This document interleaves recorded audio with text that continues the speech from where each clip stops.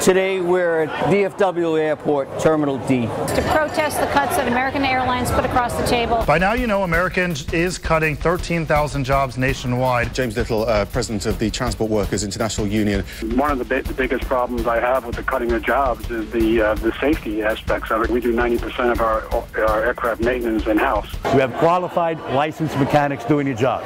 It's a matter of safety. And for the American people to not think about where their airplanes are being maintained is huge. It needs to be put out there. American Airlines avoided bankruptcy back in '03 by working with the union and making cuts to the maintenance department. We gave what we thought were concessions above and beyond. We gave them what they wanted and they squandered it. Instead of investing in the airline and trying to develop our product and our company, they squandered it and they didn't do anything except take bonuses year after year after year. Martin's greed has got to go!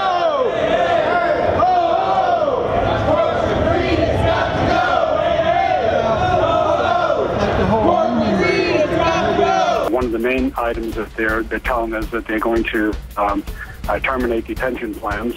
It's an obligation that can affect real people with real lives. They have over $4 billion in cash on hand and they can't pay $100 million to the retirement fund.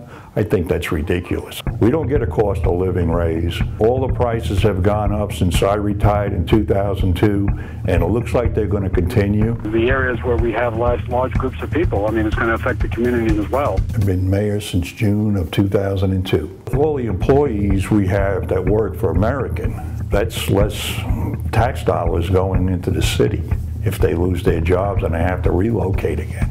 There's nothing more fundamental or more basic than an honest day's worth for an honest day's pay. I've given 22 years of my life to this company. In a moment, they took it away. People can only be beaten down for so long.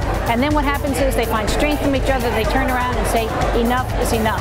We've got a good campaign going on with ISupportAmericanJobs.com. 15,329. That's how many people have pledged their support at ISupportAmericanJobs.com.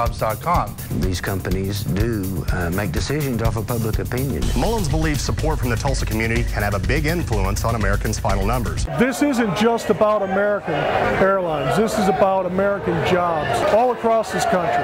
We live in a Walmart world now. If you don't send your jobs overseas, then your costs are higher. Nobody wants to buy your product if your costs are too high. It's kind of like a race to the bottom. I am owner of Christie's Barbecue, Tulsa, Oklahoma. Me and my brother, we have been here in the business about 17 years. We have a lot of regular customers. Maybe they come 4 times a week, some of them 5 times a week, some of them lunch and dinner. For my first initial thoughts about the bankruptcy, they're gonna put our business in jeopardy.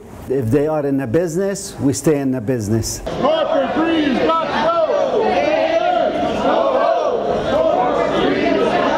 I'm here because my son's a flight attendant in American, and I just feel it's important to support him. It's a really neat experience to be able to walk the picket line with my father.